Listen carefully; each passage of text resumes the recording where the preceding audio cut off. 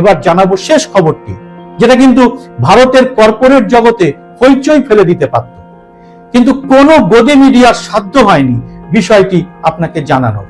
খবরটি হলো, গৌতম আদানি গত সপ্তাহে তার একটি সংস্থা আদানি উইলমারের 44% শেয়ার বিক্রি করে দিয়েছেন।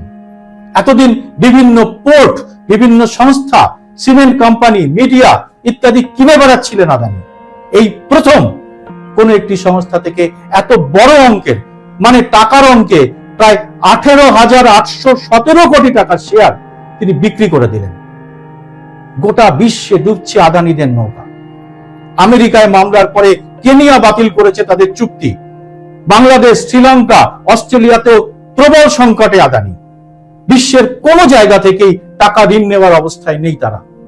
আর তাই কি এখন ভাড়ারে টান পড়েছে তাদের?